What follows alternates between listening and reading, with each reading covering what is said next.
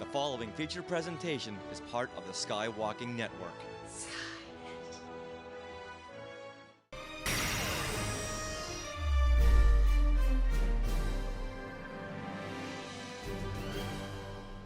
Hey, welcome to the next episode of Collect-Opolis. I'm Kevin Toft.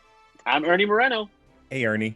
I think we got a great show on our hands today. Tell me a little about what we got going on here. Well, if you're into Transformers, we have a great show for you today because we got a guy on the show today that not only is in love with these transforming robots, but actually worked on most of the Transformers franchise. So well, that's appropriate then. Then we have the right guy. Yes, we have the right. Yes, I mean, from a collectible standpoint, very collectible. And the fact that he worked on the films, hello, this is an obvious interview. Exactly. And I want to thank our buddy Jay Machado because he hooked us up with one of his buddies over at ILM. Let's welcome to the show, Charles Alleneck. How you doing, man? Hey, Charles, how's it going? Hi, guys. How are you? I'm great. Thank you very much. Thanks for having me on the show. No problem, man. We always love having people from ILM on here. We love anybody who's a collector. So, I mean, this is kind of a match made. You love Transformers. You worked on most of these Transformer franchises, so it's great. Plus, we had a mutual friend from a previous episode who's worked on Transformers. I mean, hello. Absolutely. Anyone? Absolutely. Yes, Jay and I both have worked on a bunch of the Transformers films. So, and you know, talking about collectors and generally sort of nerdy types, I think the Venn diagram of ILM employees and collectors is probably has a lot of crossover. So. Oh yeah. We love us some robots. We love us some Star Wars. We love us a lot of good stuff like that. How did you get to ILM? What's the background there? So I'm originally from Colorado, but I was interested in character animation. So after high school, I went to a college down in Los Angeles, or just north of Los Angeles, called CalArts, which is a pretty well-known character animation school. They have obviously a lot of other art schools there as well, dance, theater, music, and I was in the animation school there. And at the time, I was just learning 2D animation.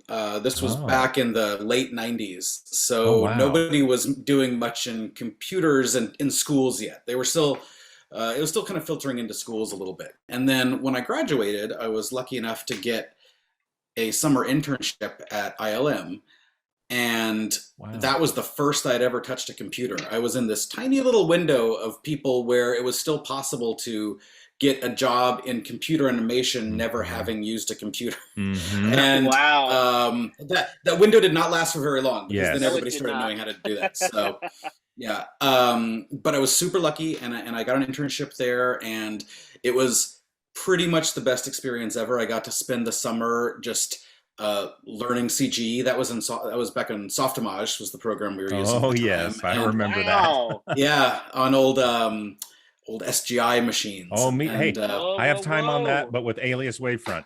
Oh yeah, exactly. Very yes.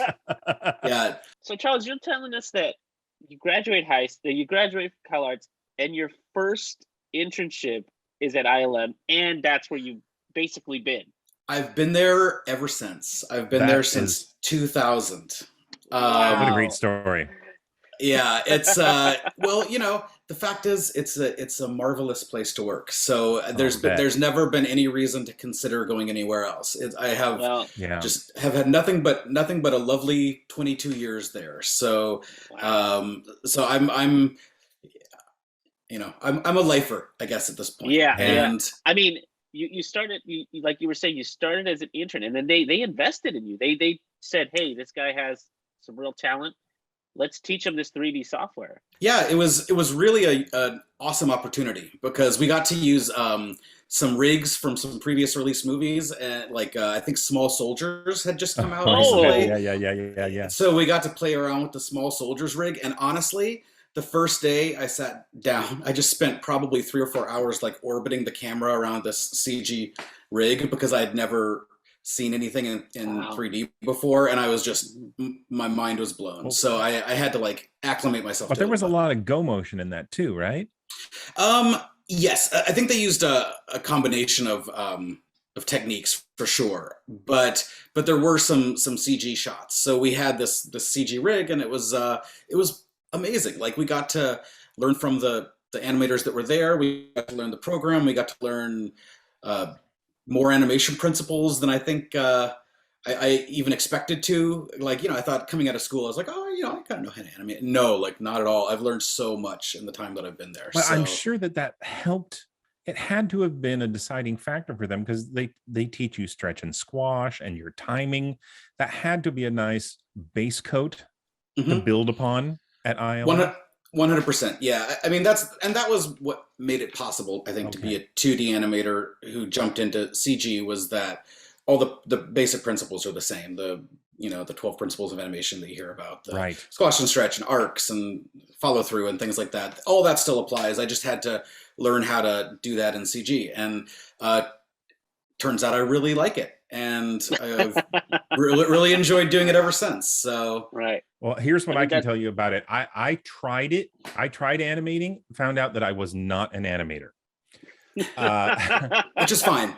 Totally fine. And I always admire animators. It's like 4D thinking, and there's acting, and there's so much understanding that has to go on to be an animator. I had an opportunity to work with some Don Bluth animators when I was at Virgin Games, and I just tell them, oh yeah, I want to learn, I want to do it, and the guy gave me a pencil test. So what we were doing, dig this. So we were doing 2D, we were doing side-scrolling Genesis games, but we were bringing in these animators, and they'd say, okay, like we need fire and you have 6 frames, or we need a box exploding and you have 6 frames. So what we were doing is these guys were doing paper animation. They were flipping it, and then we were taking the animation pegs, putting it on a flatbed scanner and scanning them in, and then I was I was coloring them in Deluxe Paint.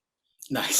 So these guys awesome. set up a test for me, and he drew a window with like light chiffon curtains. He goes, okay, now make a light breeze come through that window. Fail. I mean, epic. I could not get I could not get this, this gentle. I could see it, but to translate it with pencil. Respect for the Disney animators, folks. Every time you see one of those cloth simulations hand drawn, now you have help, you have things, you have software. But can we just say a little respect for Disney animators? Anybody, Akira, that also blew my mind. The effects animation in Japan is off the hook. So absolutely, that's my, all I can say is I have the ultimate respect for what you do. It's killer. Oh, well, thank you very much. It's funny you mentioned the 2D side scroller games, because I remember, as a teen, when I was growing up playing those, it was like so cool to me to hear that animators were working on these and translating their work into 2D sprites. I thought that was the greatest thing ever. Right. So things like RoboCop versus Terminator, and that I worked on. And then there was another A team there at Virgin that did Aladdin Genesis. Which I was not. I remember part Aladdin of. Genesis. I was not part of that, but I watched those guys, and I mean, for a Sega Genesis, look at the animation in that. Again, the collaboration between Disney and the animators that we had there. Mike Dietz, we had some really amazing animators at Virgin, which then went on to become Shiny and hello everybody, Earthworm Jim. That's right. all the same people, right? Right. So props to those guys. They did brilliant work. Such an interesting awesome. It's honestly, not to get too far off, but it's so crazy how the Sega Genesis got that treatment, but the Super Nintendo did not. And it's so weird how development happened that way. Because I could not figure out how we picked a lead platform. We did on those, the lead platform was Genesis, Sega Genesis, but then when we went to do Jungle Book, it was SNES. And then I was like, okay. And then came back to Lion King, and it was back to Genesis. I don't know. Anybody out there knows, go ahead and put it in the comments. I don't know till this day. I guess I should call David Perry. I could call David Perry and say, how did they do that? And he'd Probably tell me. I was gonna say, as a kid who had an SNES, I was so jealous of the Aladdin game on Genesis. I was like, why? Why can't it be on both? You got the port. Eventually, it got ported. It did. Yeah. And Yes. I always found the port was a little wanting, whichever direction that was. So if it was going Genesis to SNES, it was wanting, and vice versa. For the life of me, I can't figure that out.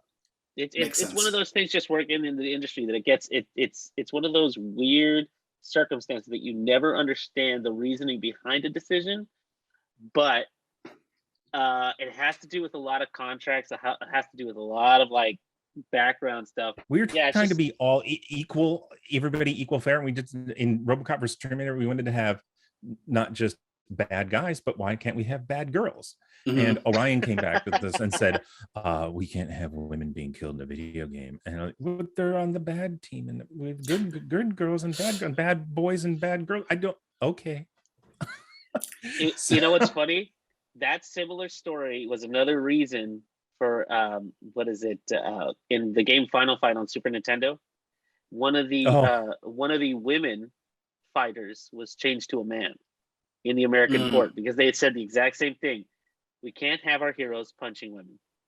Equality, right? Right. And I think, gosh, I really always hoped that we could delineate between a video game and real life, but speaking of that stuff, you want to take us through a couple of your like the shows that you've worked on, and maybe something that you're working on right now, if that NDA lets you. Yeah.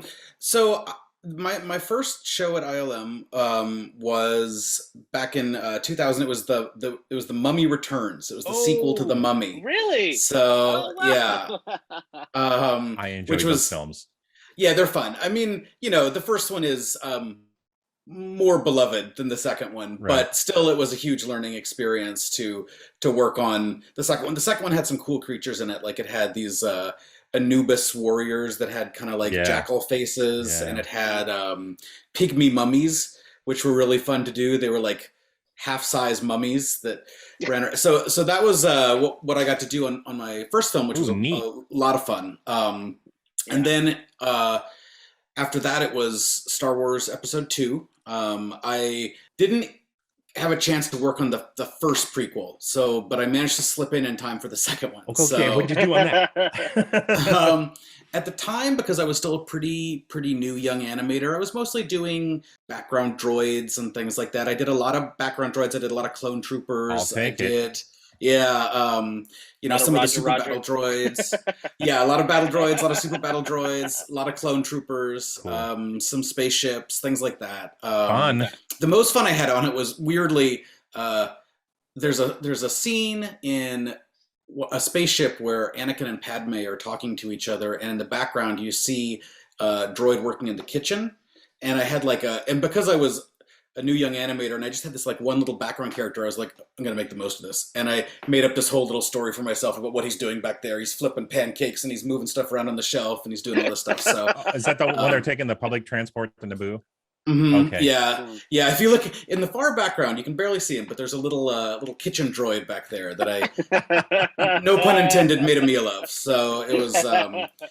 So now I want the action figure, Hasbro. Are you listening to me? That's a good question. I wonder if they've ever made a kitchen droid action figure. I've never looked into it. I should. I wish should get the HasLab. Droid. I don't know. I'll put it right next to my Jon Favreau and Dave Filoni Black series. And then, so I worked on Episode 2, and then I worked on Episode 3, and then what'd you do on 3? Sorry, talking to a Star Wars guy here. Right. On 3, I did some droids again. I did a little bit of Yoda, which was cool. I got to do some. Actually, that was in the second one too. Yoda sword fights in the second one. So I did some Yoda sword fighting in Episode 2, and then I did some more of the the scenes where a few of the scenes where he's fighting the Emperor in the Senate chamber in the third one, and which were a lot of fun. What I think the one that was most fun for me was the one where he realizes he's on Kashyyyk, the Wookiee planet, and he realizes that Order 66 has been enacted, and he feels the Jedi are dying, and he has this kind of heart attack moment. There's some acting there. Did you do that? Yeah, that was my shot. Whoa! So, Oh, wow, dude. I have always loved that shot. I was oh, like, thank There you. you go. yeah. Now that I know you, I can say I know the guy who did that shot. But I always thought because you don't clobber him over the head with it. Mhm. He's not going. Mhm. There's just this. You can just see he just kind of goes. Oh, Yeah, there's it was just yeah. yeah. He's just like whoa. I felt that, but very nice work. Thank you very much. I appreciate that. It was a really exciting shot for me to get to do because I getting to do acting with Yoda is a dream come true. So You are. yeah, thank you very much.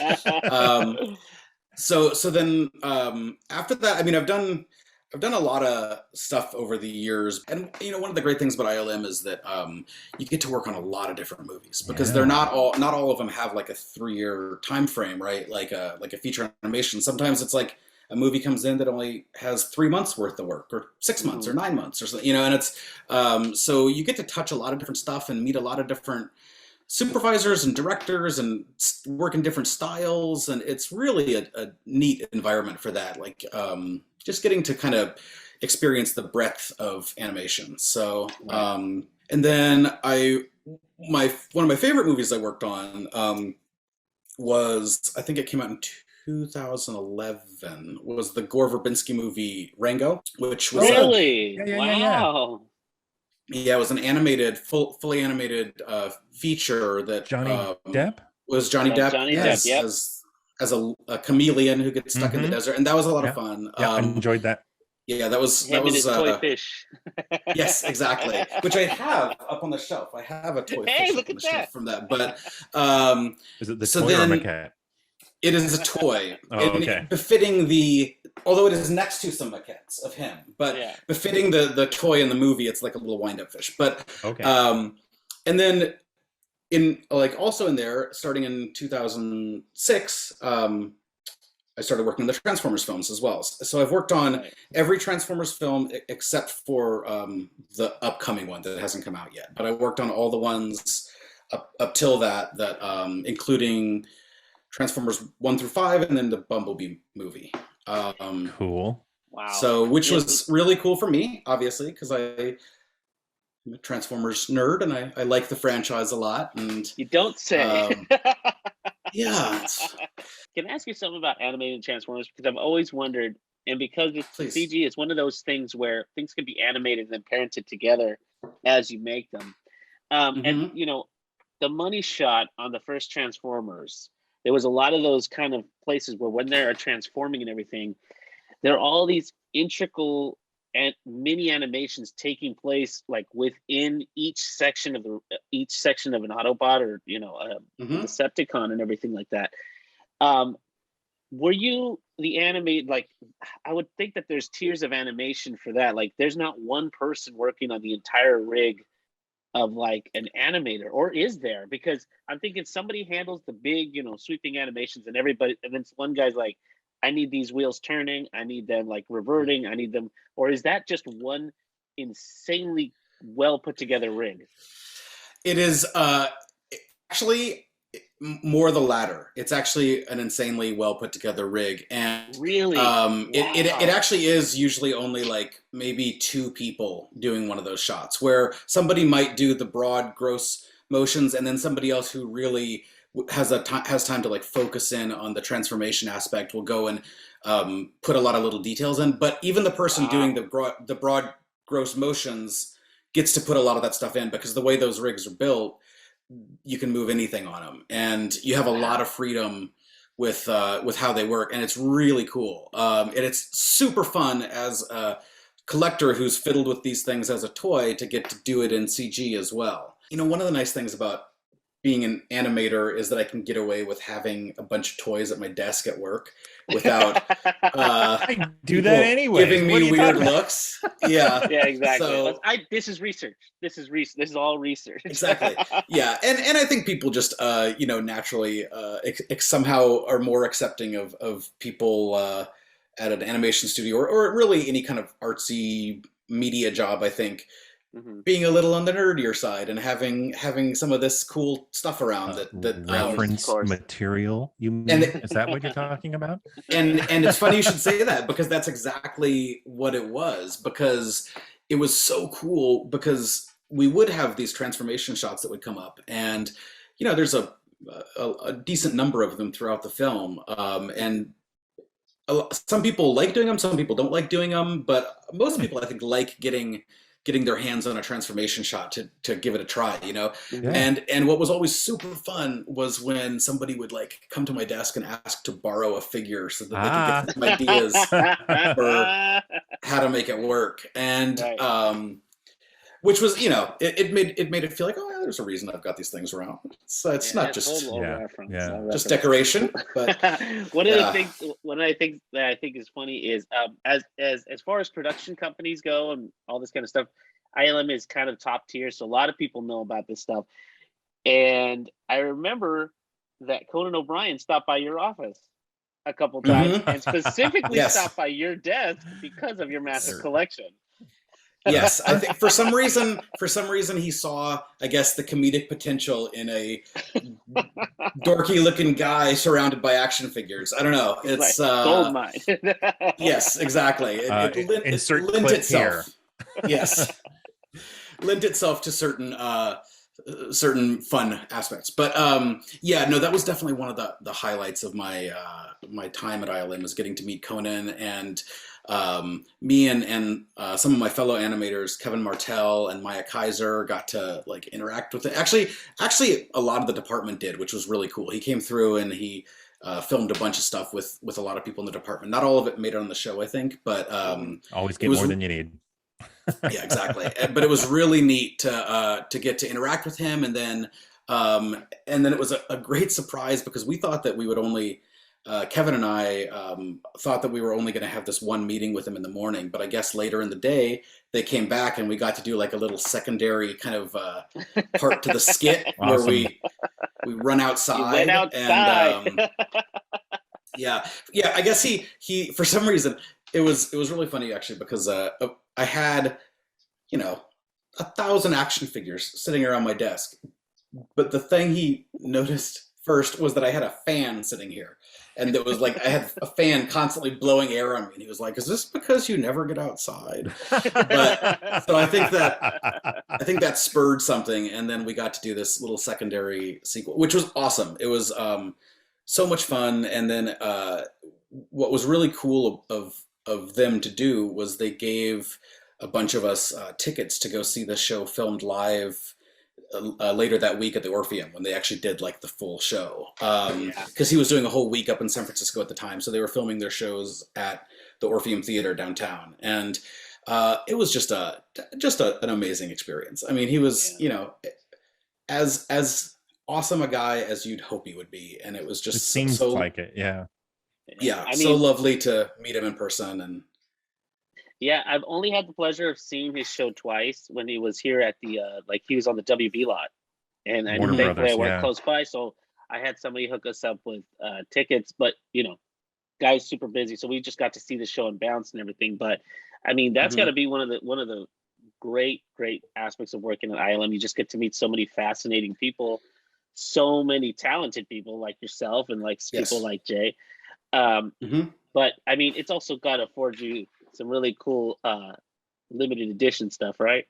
Because every time I've talked to Disney people, ILM people, they're like, yeah, we got first, like, I remember a friend of mine worked for Disney and they was like, yeah, so this is going to be the last week that Star Tours comes out. So they're going to make a special anniversary pin and they're only selling it to cast members for the first week and blah, blah. I was like, oh, you got to get me one pin. And she's like, no, has to be employee only. I was like, dang it.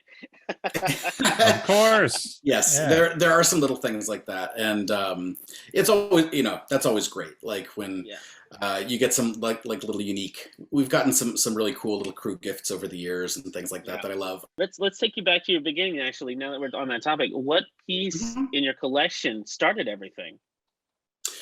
I wish I had it physically. I was looking for it because I was like, I bet they'll want to ask if I have a first thing I collected, and I was like, I want to be able to show it. I cannot find it. It's a Lego set actually, because I even though I have mostly Transformers behind me right now, I'm a bit of an eclectic collector. So I also collect Lego. I collect some other things, some other 80s toys and things like that. Yeah, it's once you have that collector bug in your brain, it tends to branch out a little, I think. But Oh yeah. back before I started at ILM, I was over the summer of one of my school years in college.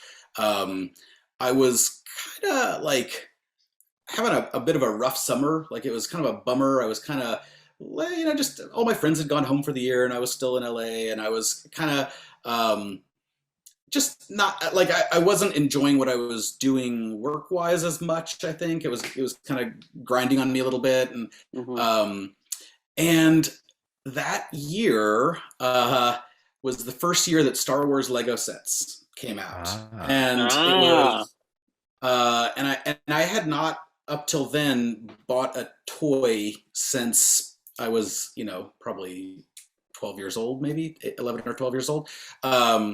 I thought, on a whim, I went to the store and I was like, you know what? I haven't built Lego in a while. I'm going to buy this Lego set. And I bought, the very first thing I ever bought was a Darth Vader's TIE Fighter versus a Y-Wing 2-pack of Lego. Oh, And all right. Wow.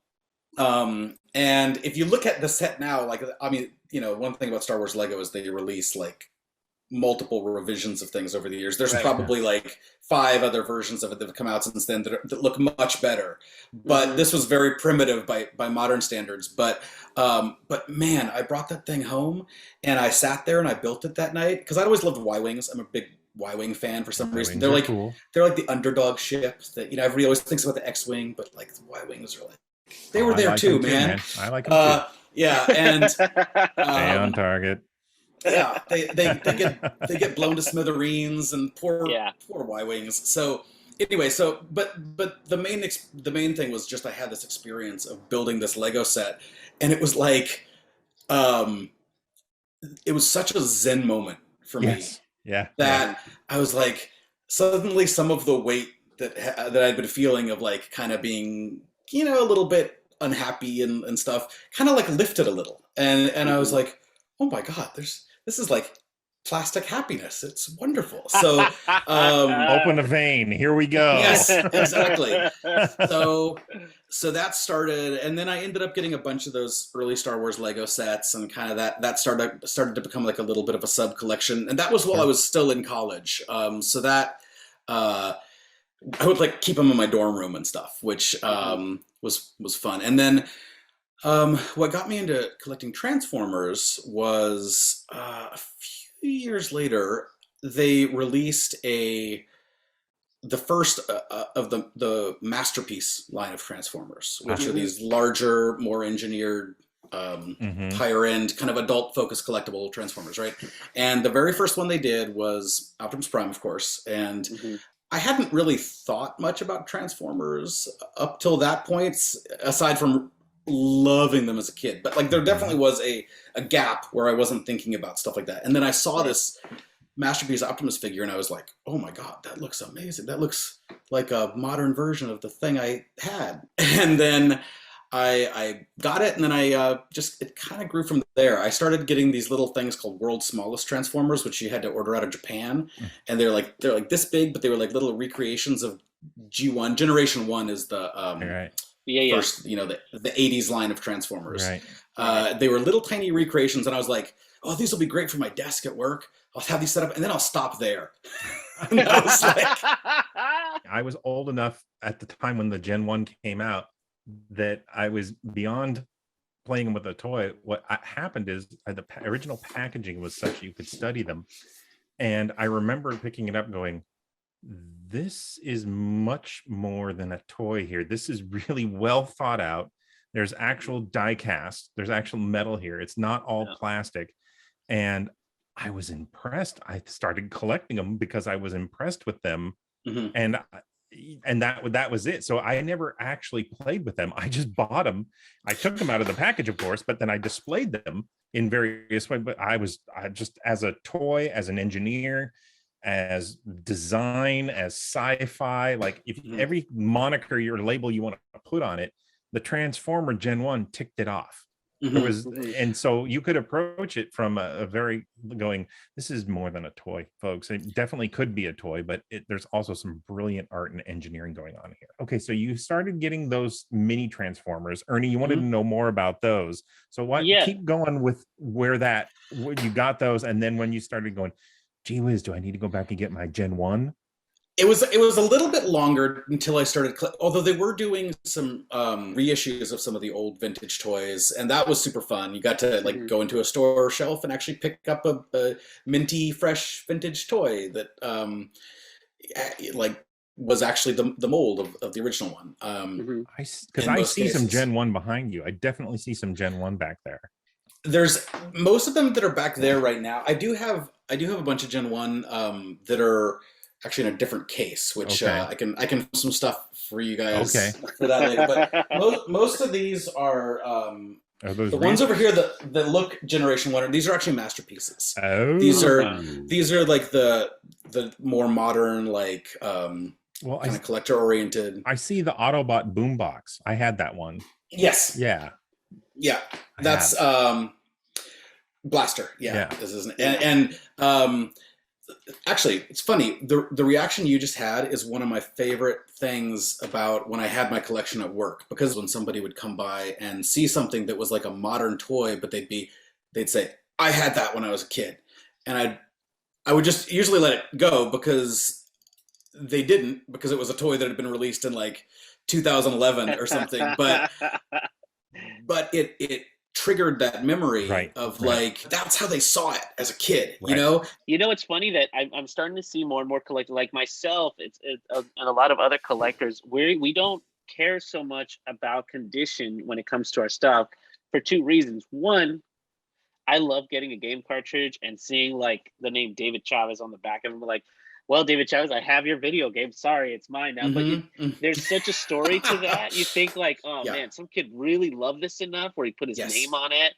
but somehow it got sold off. But two, I'm starting to see it more and more now where, when you get to things like the Antique Roadshow, which I have watched on a couple different occasions, you see these things and you see that people appreciate patina on old old pieces, and it doesn't seem to detract too much from a lot of their value in terms of what damage people is one collect. thing and use is another, right? Right. And yes, so exactly. I wouldn't. I'm starting to see that where a lot of people are just like, hey, this is a piece that was obviously used and loved. It's not one that was like vacuum sealed and somebody found it in the back of of a warehouse. Somebody used this. It was an actual produced piece. Yes, but I think it's starting to become more of that. Completely agree. Yeah. Yes, I that's how I feel, and I'm also not a mint and box collector. I like to get my stuff out and experience it. Like that's the cool thing to me about. Tell that to Jay Machado. You hear me, Jay? Everything's in a box at Jay's house. I do get the mint and sealed box thing because it's a condition thing, and also some people, I've seen them set up their houses or their collections and it looks like a toy store, which is a really cool look to look like like you just walked into a shop. That is a pretty neat look. But for me, I like one of the things I like about toys and action figures in general is that it's something tactile that you can actually physically hold and turn around and look at and experience, and especially for a Transformer where part of the fun is flipping it between modes. You have to experience that. My son was born in 2004, so he kind of came up through the Transformers when they were more complex to the point where I could transform my Gen 1 no problem, but when I was playing with helping Teddy, he would bring them to me and they transform it for me. And it would turn me into Jim from Taxi. I'd be like, yes, absolutely. There is that threshold. It's like a quad fold, and you're and you're like, hey, mine's not doing that. Why isn't it? And that happens to me too. Even though I get a lot of these things, there's still some where I'm like, this is pretty complex. What am I doing here? Right. And it's like a little mind puzzle, where you're trying to figure it out. There you go. It's a puzzle, right? It's if you're successful. Right.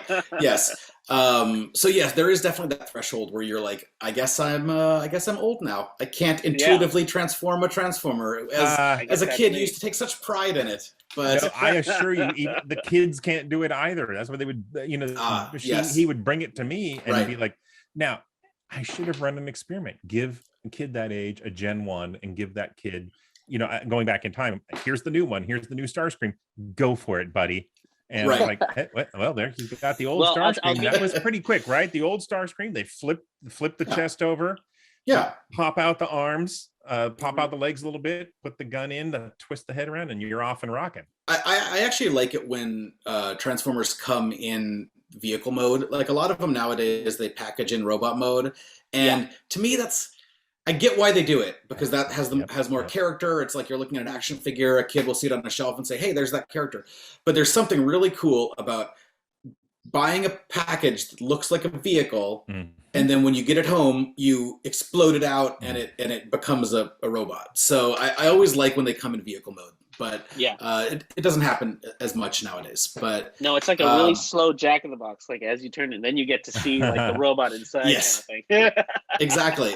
There's a reveal moment, which is cool. So they occasionally still do it. There's that transition point when you're a collector, and I don't know if it occurs in other collecting communities as well, but I would imagine that it does, where you start collecting based on some sort of nostalgia or kind of like, hey, I remember that kind of like, which personally, I think nostalgia gets a little bit of a bad rap, because like nostalgia is like, people think of it like you're looking back wistfully at something, right? But for me, it's more like it reminds me of a certain memory. It reminds me of a certain time or place. That's a very abstract concept. So like when I have a vintage figure, I remember, if it's something that I've owned before, I remember like, oh, I played with this at such and such at my grandparents' house, or I remember driving around town with this. And it's like, it brings this very abstract memory into kind of more tangible focus, which I like, which is not so much wistful as like this kind of, I don't know, like enhancing of a memory to me, which I like. But so you start out like that as a collector, right? And you start looking back at these things with fondness. And then as you start moving forward, then you start appreciating like beyond just the nostalgia, and you start appreciating like, wow, there's actually a lot of really cool engineering that goes into these things. And you start appreciating the artistry behind them. And storytelling. Exactly. And then you start moving into getting more modern stuff, or stuff that you maybe didn't grow up with and weren't as interested in, but now it's because you're invested in the franchise, you're invested in the people working on the franchise, and you're invested in the kind of the thought and just the love that goes into them. And I really like that. Like, I like that over the course of my becoming a collector, I've gone through different phases where I've learned to appreciate something that maybe I wouldn't have appreciated before. And that's really a cool feeling. So Charles, I take it. See, I've heard Ernie mention what you said too about collecting. It's like trying to this childhood, but that wasn't really it for me. When it would be something like Star Wars or Star Trek or something like that, the screen time of the ship, the robot, the whatever was never enough for me. I always wanted to examine it more and drink in the design and the storytelling and stuff like that. There's something about seeing it in person, in that, like I have my Eagle. There's so much going on here in the storytelling of like where the cockpit is and where the thrusters are and how this thing lands and how they interact with it. And I would love to get a Transformer that you worked on. You are very intimate with the Transformers that you worked on. So you see there's all this stuff you did in there. I would be getting it, not to relive. I would want to be admiring the work, the design, the artwork that you did. That's why I like to get stuff that's bang on model, almost a maquette, because I want to experience what I saw on the screen in a deeper way. Right. And be able to truly evaluate and because why did you get it's a little bit of that, because the cartoon animation is, as 2D animation in the old Transformers, the original, they had to draw those things in a way that they could be animated. Yes. Okay. But there was more story in those Gen 1 toys than you could tell on that animated cartoon. Oh, absolutely. And it's funny, I knew an animator years ago who I think had worked on, I don't know if he worked on the actual show or if he just worked on some of the commercials, which, as you know, the commercials had a ton of animation in themselves. And he was like, man, those Transformers are the hardest things ever to draw, right? Because they're so complex and they have to draw them from so many angles and do all this stuff. And so I can definitely sympathize with the animators from that period, simplifying them. And had to simplify them when they were transformed. Yeah, and then of course when they were vehicles, hey, that's fun, right?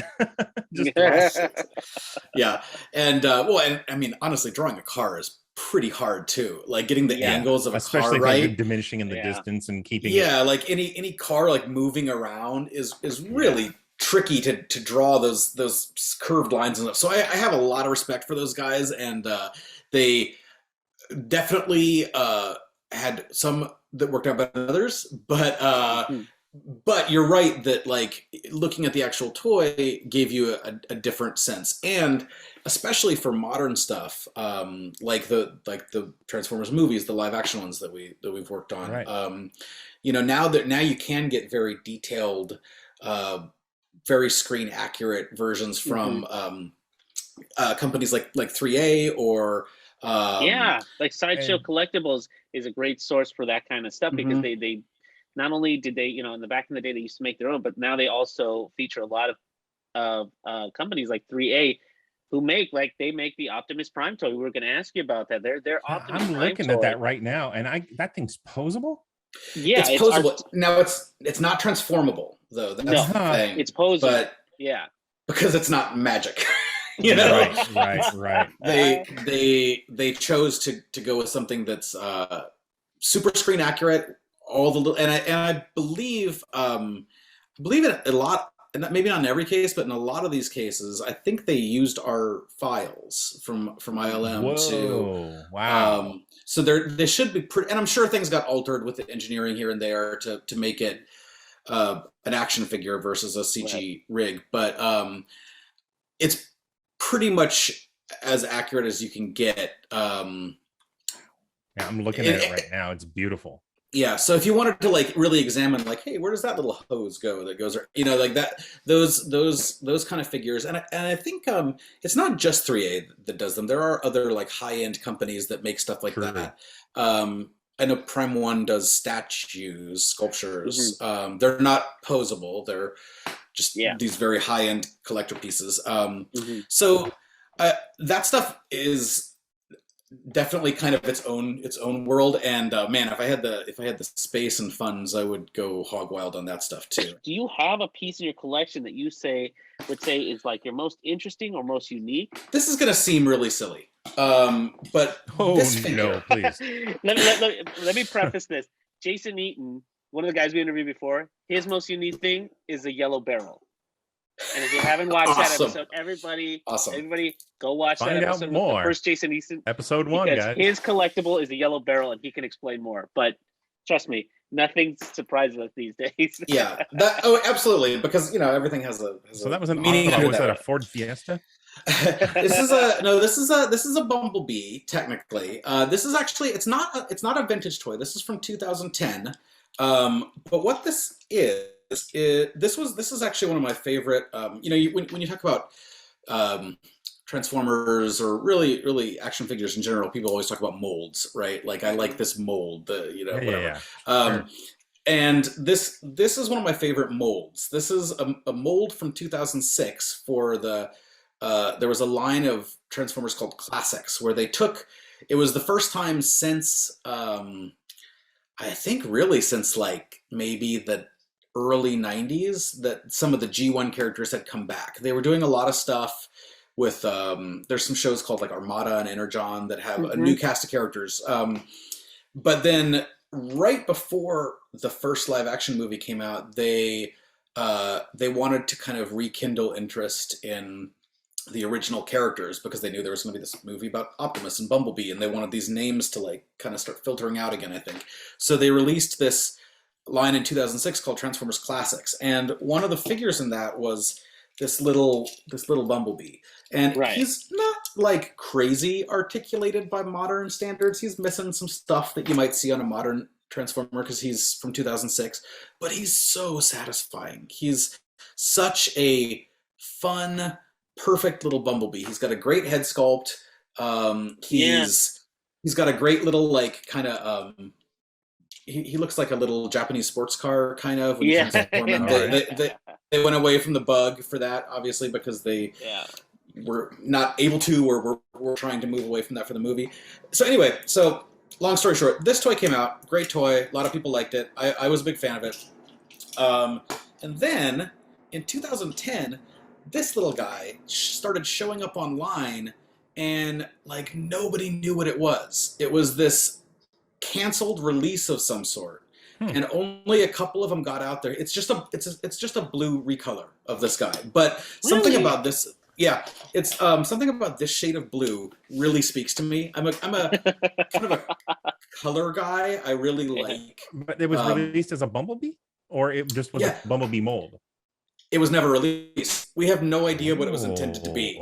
So that was what made this kind of a weird thing, is that it came out in 2010, and it wasn't clear whether it was supposed to be Bumblebee or whether it was supposed to be from. I don't know how. So Transformers toys often were borrowed from other toy lines. At least the first few waves of them were borrowed from a couple lines in Japan called Diaclone and Microchange from Takara, where they just took these molds that were not intended to be sentient robots. They were just like little mech suits, or in the case of the mini bots, they were supposed to be like little toy cars or something. And they gave them personalities when they brought them over to the US. But in one of those pre-Transformers lines, there was a G1 Bumblebee that was in a shade of blue that was sort of similar to this, not spot on. So it might have been intended to be an homage to that. It might be a character named Glyph, who's a female Transformer who was created for one of the Transformer conventions. We just don't know, because Takara is the Japanese sort of co-owner of the Transformers franchise with Hasbro. Right. And they never indicated what this was, because it was like a canceled release that only a few leaked out online. And so I really wanted it because I love this shade of blue. Something about it just really spoke to me. And I liked that it had kind of like a mysterious origin. Nobody knew what it was, and we still don't. Amazing. We've never gotten any, because it has an Autobot sticker on his chest. Yeah, no, he's I mean, it's not a knockoff. He is the as far as we know, if it is a knockoff, it's a really, really good one, because it's like the same mold. Same old identical quality to the official Bumblebee, but it's to the released Bumblebee. But and I just like that it's got kind of a mystery to it. Like I like that it's aesthetically cool to me, and I like that it has this weird, like, nobody quite knows what it is. So did you buy it new in box, or did you buy it online? Like, how did this come into your they never had a box for it, because it was never like packaged. So honestly, like back in 2010, a few of them got online. Like you could shop for them at certain sites. Like I think some made it to eBay, some made it to some of the Chinese sites. Wow. And I don't know how many of them are out there. It might be 100, might be 5. It's like none of us really know. So this could be like a prototype, or is there anything molded on the bottom of the foot that says that it's such and such? Like, is it like licensing, or? Let's see. Where does this guy keep his branding? Yeah, it's usually bottom right foot for those. Yeah. Nothing on here. It could be under the chassis somewhere. Interesting. Yeah, but that's so crazy. So just so we're clear, when that got shipped to you and you bought it from whatever site, it just came like that, wrapped in bubble wrap and in a box. There was nothing else to it. Yeah, pretty much. So it's just and I like that we just don't know what it was supposed to be. It's like it might have been. it's probably just some release that got canceled. And if it had been released, it'd be super widely available, and no one would think Sure. twice about it. But somehow the mystery of it is interesting to me. I agree. So a lot of us, like where we pick up a lot of our stuff, I pick up a lot of my stuff because it's retro. A lot of my stuff is picked up most of the time at what are they called? Swap meets and stuff like that. A lot of people are just trying to turn around stuff that they had back in the day. It's not so much now because of people understanding what they have, but a lot of your stuff probably got picked up like at Comic-Con and things like that. Like, what has been your like Comic-Con experience when it comes to these things? Comic-Con's great. I mean, I've only been to Comic-Con maybe 4 or 5 times, I think, but I love Comic-Con. I can't wait till I can get back there, and it it starts to, I don't know, it still feels a little crowded to be in it right now, but it sure does. I would love to get back to a convention. And with Transformers, it's not just Comic-Con. There's also a couple of like Transformers conventions that there used to be one called BotCon that was an official convention. Now it still exists, but now in like a non-official form.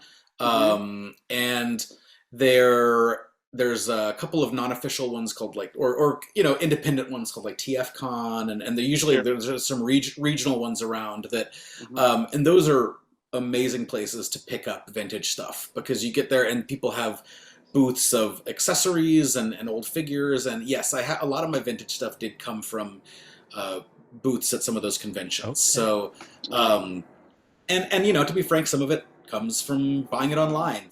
Okay, so speaking of that, then this is one thing we always like to ask everybody. Yeah. Unlimited money, anytime in the world that you could go. What would be like your perfect? What would be your perfect collectible get? Like, what's the one thing you wish you could get? Let's what see. vexes you? Okay, well, there's a few things. One, as I'm getting into the vintage, or as I was getting into the vintage Transformers, the stuff that's hardest to get now is the stuff that was Japan only releases.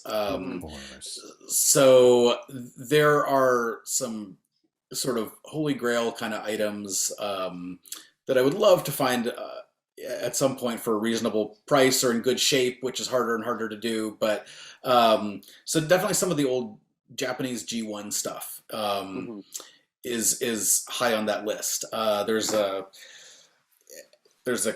figure called Galaxy Shuttle. That's a space shuttle, dude. Oh, he's impossible to find in complete non-yellowed all to heck condition for less than like $2,000 or something. So stuff like that. Sorry, did you say $2,000? Yeah. Oh, geez. So how big is this thing? Rare. Like, really? Yeah. Yay. Oh wow, $2,000. Yeah, some of the Japanese releases, to find them in good condition, are pretty pricey. And sometimes you luck out. Sometimes you can get it for less than that. But especially now, like you were saying, how collector markets, now they're savvy to that stuff, right? It's like people know what collectibles are worth. It's a lot easier to know what you've got, how much that stuff is worth. So it's hard to find like a kind of a once in a million deal, Hey, just last bit we'll do here, and then we'll close out. But do you have any advice for fellow Transformer collectors out there? Is there any? I guess, I mean, my only advice would be that it's such a wide-ranging franchise. Like, just find that corner of it that you like, and don't worry about like if other people, that's not to their taste, because it is a collector community. So you're going to have people who are very passionately for certain corners of it and against other corners of it. And but it is such a diverse community in terms of what people actually like, and how many different aesthetic styles, how many different flavors of Transformer there are, that you'll always find that fan base for that section you're interested in. So you can just kind of pick up a few from that and see how you like them, and then see if it's something where you want to continue collecting, because it can be a bit of a slippery slope. But it's just find that section of it that you like, and don't worry about if anybody says otherwise. That's great. Kind of like what Well, Kevin Charles, says all the time, I would like collect to. what you love. I would like to thank you for coming on the show to this. I learned actually a lot, and I love all the stuff you worked on. And, thanks. And I think your collection is amazing. And thank you so much. Well, thank you very much. It was a pleasure to be here, Kevin. I really enjoyed chatting with you guys as well. And one thing I didn't get a chance to show. Can I show one more thing? Ooh, Sure. okay. I think an add-on. Yes, this is for you people that stuck around to the very last part. Here you go. I think because you talked about something unique, and I think this is sort of unique. This is actually, I managed to get this from ILM. This is one of the stand-in heads they used on the sets for the films. Actors to. Yeah, so that they would hold them up 15 feet high, so that the actors would know where the robots' faces were when they were reacting to them. Cool. And so this guy is a guy who's close to my heart. This is Ratchet from the films. Oh, and yeah. A few scenes with him, and I always liked him because he's a medic. And so I got the chance to get this big stand-in head from the set. That is so awesome. That's so cool. Was it actually used on set? Does it have a thing on the back where the pole went? Or was it a spare? I think it was a spare. So it's actually still, it was made for production. Yeah. So I was very happy when they had a few of those after the film, and I was like, "Can I have one of those?" But my eyes are up here. Yes, exactly. So, but yes, to go back, thank you so much for having me on the show. This was really a pleasure to chat with you guys, and I love getting into the weeds of collecting. With that's what we do here. Yes, I love it, and I love that there's people who collect so many different kinds of things, right? And as soon as you start scratching the surface, it gets so in depth. Yeah. And I love that. So I still feel like we only scratched it, but we can't be on here for 12 days. But yes. But I would continue. I would keep talking probably until I annoyed everybody in this house. So hey, yeah. And Charles, you know what? I hope I hope you'll be able to come back later on. I know you said you're not working on the new Transformers movie, but when it comes out, we'd love to have you back. For a future episode, and then we can talk about that'd be great. What you thought about it. That'd be great. Yeah, I would love to. I'd love to be back. I think it's great chatting with you guys, and I love hearing about you guys' experiences with collecting as well, because I think even when people collect different stuff, there's always that commonality across the collector community. So right on. It really is. Man, Charles, thank you so much for coming on. You were a great guest. Thank you, man. We learned so much. Thank you so much. Thank you, guys. Nice chatting with you. Take it easy, man. Good night. Don't forget to visit us on our Facebook group page. Like us, tell your friends. We would love to hear your feedback. You can comment on the show. You could ask a question, or even leave us a direct message, or tweet us at SkywalkingPod and use the hashtag Collect-Opolis. We are part of the Skywalking Network,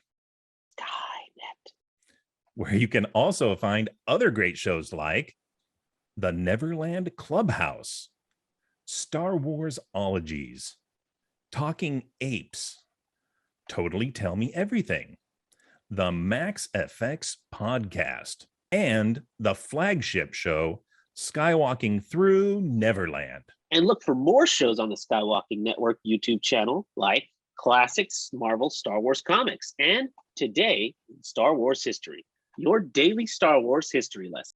Well, that's it for this episode. I'm Kevin Toft. I'm Ernie Moreno. And thanks for joining us on Collect-Opolis.